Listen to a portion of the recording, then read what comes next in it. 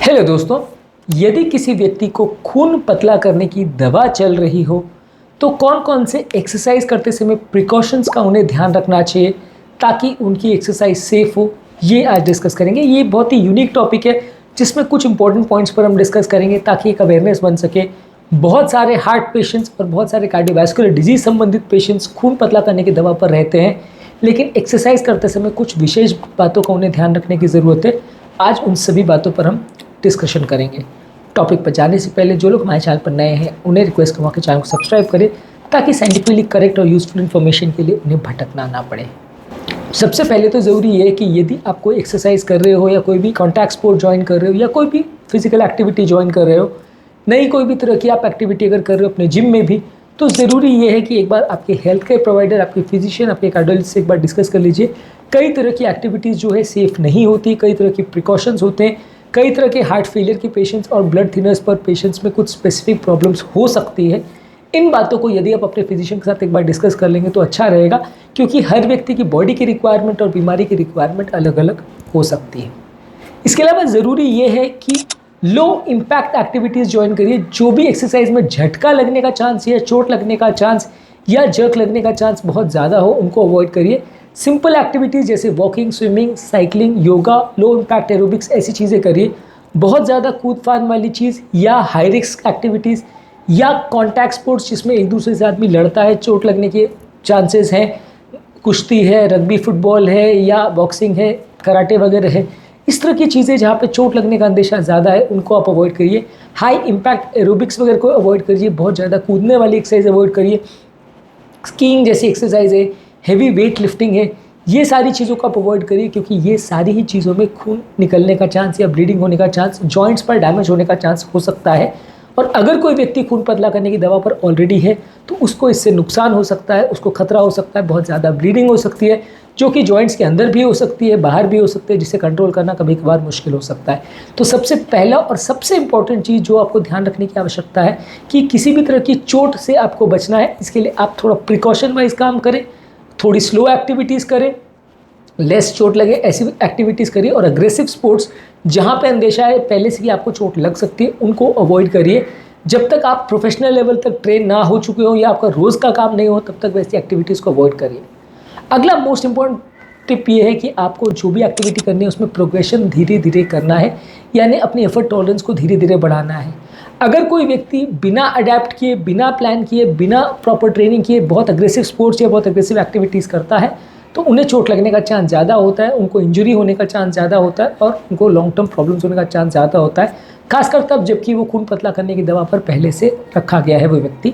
तो वैसे व्यक्ति को जो भी एक्सरसाइज करनी है धीरे धीरे करके उसे प्लान करें, धीरे धीरे करके उसे बढ़ाए, और जैसे जैसे उसकी बॉडी परमिट करे, जैसे जैसे स्टैमिना बढ़ते जाए, अपनी एफर्ट्स को बढ़ाते जाए। सडनली बिना प्रैक्टिस किए, बिना कोशिश किए, बिना ट्रेन किए यदि आप पहले दिन से अगर मैराथन दौड़ने की कोशिश करते हैं तो ज़्यादा चांसेस है कि आपको चोट लग सकती है, ज़्यादा चांसेस है कि एक्सरसाइज के दौरान आपको प्रॉब्लम्स आ सकती है। इसके अलावा जो व्यक्ति हार्ट पेशेंट है उसको अगर ब्लड थिनिंग मेडिकेशन चल रही है उसको बहुत इंपॉर्टेंट है कि प्रोटेक्टिव गियर पहने, सर पर, घुटनों पर, एल्बोज पर पैड्स पहने, ताकि अगर चोट लगे तो वहाँ ब्लीडिंग ना हो। कई बार क्या होता है कि आप कोई एग्रेसिव एक्टिविटी कर रहे होते हो और सडनली आप गिर जाते हो, खासकर अगर सर के बल गिरते हो और आप ब्लड थिनर्स पे हो, तो ऐसे पेशेंट देखे गए हैं जिनको सीवियर ब्रेन में ब्लीडिंग हो जाती है, इस बात में संभालना मुश्किल पड़ता है, कहीं की जान भी चली जाती है। इसके अलावा घुटनों पर और एल्बो पर, ये सब जगहों पर भी गिरने पर चोट लगने का चांस और जॉइंट्स के अंदर ब्लीडिंग होने का चांस काफ़ी ज़्यादा होता है। इसलिए प्रोटेक्टिव गियर का प्रॉपर प्रयोग करिए, इससे आपको चोट लगने पर, ब्लीडिंग होने से आप बच सकते हो और इनफैक्ट जॉइंट्स में इंजरीज होने का चांस भी कंपैरेटिवली थोड़ा कम हो जाएगा। इसके अलावा कोई भी एक्टिविटी करने के दौरान बहुत इंपॉर्टेंट है कि आप किसी भी तरह की इंजरीज, ब्रूजेस या एक्सरसाइज में अगर चोट लग जाए उसका विशेष ध्यान दीजिए। इसके लिए आपके पास प्रॉपर साधन होना चाहिए। यदि आपको अगर ब्लीडिंग हो जाए तो उसे प्रॉपर संभाल करके, रोक करके रखिए, क्योंकि काफ़ी चांसेस है कि नॉर्मल व्यक्ति के कंपैरिजन में आपको ब्लीडिंग ज़्यादा हो सकती है। हर व्यक्ति जिसको ब्लड थिनर चल रहा है सबको ऐसा होगा, ऐसा कोई ज़रूरी नहीं है। आपको कौन सा ब्लड थिनिंग मेडिसिन चल रहा है, कितने डोज पर चल रहा है और आपकी बॉडी का कैसा रिस्पॉन्स है, सब कुछ उस पर डिपेंड करेगा कि आपको ब्लीडिंग कितनी देर तक होगी और वो कंट्रोल होगी या नहीं होगी। इसलिए आपके लिए ज़रूरी है कि अगर कोई चोट लगे या इंजरी हो, ब्लीडिंग चालू हो जाए तो प्रॉपर ध्यान रखें और उस दौरान प्रॉपर सावधानी से उसको हैंडल करें। अगर कोई इमरजेंसी हो तो उसको मैनेज करने के लिए प्रॉपर मटेरियल या गियर पहले से ही आपके पास रेडी हो तो ज़्यादा अच्छा है। ये एक बहुत इंपॉर्टेंट चीज़ है कि फर्स्ट एड का सामान और इंजरी में ब्लीडिंग को रोकने का सामान, पट्टी करने का सामान, ये सारी चीज़ें आपके पास हो काफ़ी ज़रूरी है। यदि आप किसी जिम में जा रहे हो या किसी साइकिलिंग वर्क के लिए भी जा रहे हो तो भी फर्स्ट एड का सामान आपके पास रहे तो अच्छा है। हालांकि कई बार इस सब चीज़ों को हम इग्नोर कर देते हैं, ज़्यादातर लोग इसका पालन नहीं करते हैं, लेकिन जब कभी भी इंजरी होती है तो उस समय फर्स्ट एड करने के लिए या ब्लीडिंग को रोकने के लिए आपके पास कोई साधन अवेलेबल नहीं होता है। इनफैक्ट ज़्यादा जिम्स में भी नहीं होता है। तो आप अगर ऐसी किसी जगह पे है तो पर पहले पूछ लीजिए कि इस तरह का सामान आपके पास है या नहीं, और अगर नहीं हो तो आपके बैग में आप खुद के लिए एक ले जाएं तो कोई इसमें कोई बुराई नहीं है। छोटा सा एक फर्स्ट एड किट अगर आप बना ले तो इसमें कोई बुराई नहीं है। अगला पॉइंट बहुत इंपॉर्टेंट है, ब्लड थिनर्स पर जो लोग पेशेंट होते हैं उनको ज़रूरी है कि वो पानी ज़्यादा मात्रा में लें। यदि वो ज़्यादा मात्रा में पानी लेते हैं तो ब्लड का गाढ़ा पतला होना काफ़ी हद तक बैलेंस्ड रहता है। ब्लड थिनर्स पर पेशेंट्स का खून कई बार गाढ़ा पतला या फ्लक्चुएट करते रहता है दवाओं के डोजेस के हिसाब से और बीमारी के हिसाब से। तो यदि आप पानी ज़्यादा मात्रा में पीते हैं तो ब्लड का हाइड्रेशन और उसका जितना पतला या गाढ़ा होने का प्रॉपर्टीज़ है वो प्रॉपर्ली बैलेंस्ड रहता है, जिसकी वजह से आपको बहुत ज़्यादा ब्लीडिंग या क्लॉटिंग प्रॉब्लम्स नहीं होती है। अगला टिप और भी ज़्यादा इंपॉर्टेंट है, इसमें ज़रूरी ये है कि आप प्रॉपर टेम्परेचर कंट्रोल रखिए। बॉडी का टेम्परेचर बहुत ज़्यादा गर्म या बहुत ज़्यादा ठंडा बार बार नहीं होना चाहिए।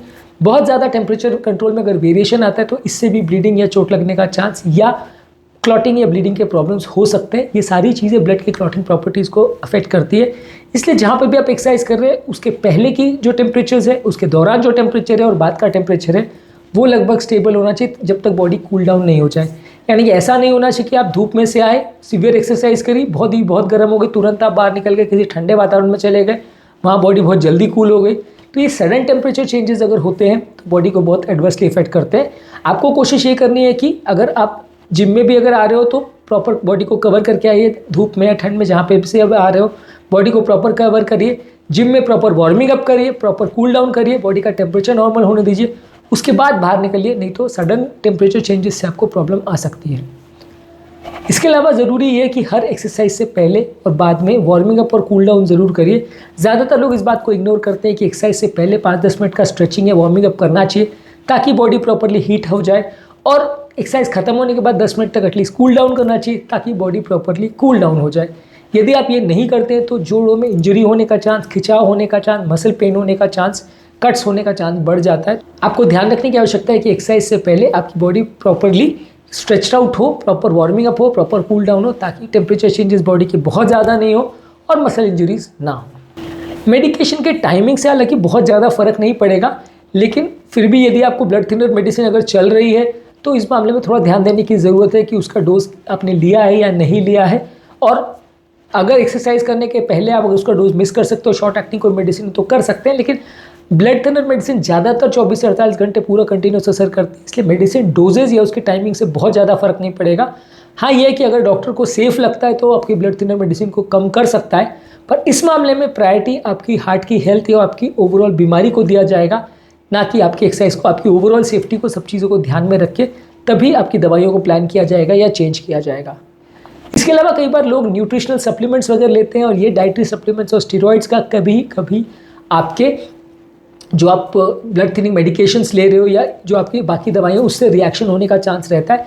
तो अगर आप सप्लीमेंट्स या पाउडर्स वगैरह इस तरह के ले भी रहे हैं तो वो प्रॉपर उसको जांच कर लीजिए कि क्या चीज़ें आप ले रहे हैं और उसका बॉडी पर या किडनी पर कोई विशेष इफेक्ट तो नहीं है। कई बार इस तरह की चीज़ें लेने से किडनी फेल हो सकता है, जिससे आपकी बॉडी की खून पतला करने की या गाढ़ा करने की दवाइयों की इफेक्ट बहुत चेंज हो सकती है।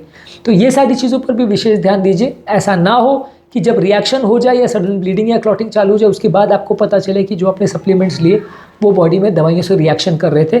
तो ये सप्लीमेंट्स भी बहुत ज़्यादा मत लीजिए, और अगर ले रहे हैं तो अपने डॉक्टर के साथ डिस्कस करके तभी लें तो अच्छा है। इसके अलावा आपके जिम में और आपके घर पे सबको इस बारे में प्रॉपरली पता होना चाहिए कि इमरजेंसी अगर हो तो उसे कैसे मैनेज करना है, क्या क्या साधनों को प्रयोग करना है, अगर ब्लीडिंग हो तो उसे कैसे मैनेज करना है, और यदि कोई और प्रॉब्लम हो तो कब हॉस्पिटल में पेशेंट को पहुंचाना है। ये सारी ही चीज़ें आपको और आपके साथ एक्सरसाइज करने वाले कलीग्स को प्रॉपरली पता हो तो अच्छा है। इससे आपकी सेफ्टी कंपैरेटिवली बढ़ जाती है।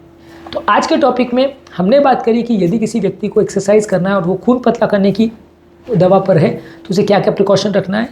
आपके लिए टेक होम मैसेज इस मामले में ये है कि यदि आप ब्लड थिनिंग मेडिकेशन पे हो तो एक तो बहुत अग्रेसिव स्पोर्ट्स मत करिए, चोट लगे ऐसी चीज़ों में मत करिए। बॉडी को प्रॉपर एक्सरसाइज के जो रूल्स है, प्रॉपर वार्मिंग अप करना है, कूल डाउन करना है, उस पर ध्यान दीजिए। बहुत अग्रेसिव एक्टिविटीज़ मत करिए, दवा को टाइम टू टाइम लेते रहिए, और यदि कोई इमरजेंसी हो तो उसमें ब्लीडिंग को कैसे मैनेज करना है उसके मामले में प्रॉपर ध्यान रखिए। कोई भी एक्स्ट्रा सप्लीमेंट्स वगैरह आप ले रहे हो तो उसको ध्यान से लीजिए, पूछ के लीजिए, और बॉडी के टेम्परेचर और पानी के लेवल्स को प्रॉपरली मेंटेन करिए। ये आज के टॉपिक का टेक होम मैसेज है। उम्मीद करूंगा कि आज के टॉपिक में कुछ नई बातें जानने को मिली होगी। हार्ट पेशेंट्स को एक्सरसाइज करने के दौरान क्या क्या प्रिकॉशन करने हैं वो वीडियो हमारे चैनल पर अवेलेबल है, ज़रूर चेकआउट करिए। काफ़ी इंपॉर्टेंट टिप्स आपको इसके अलावा भी मिलेंगे। उम्मीद करूंगा कि आज के टॉपिक में कुछ नई बातें जानने को मिली होगी। जो लोग हमारे चैनल पर नए हैं उन्हें रिक्वेस्ट करूँगा कि चैनल को सब्सक्राइब करें, ताकि इस तरह की साइंटिफिकली करेक्ट और यूजफुल इन्फॉर्मेशन के लिए उन्हें भटकना नहीं पड़े और वो गलत इन्फॉर्मेशन का शिकार ना हो जाए।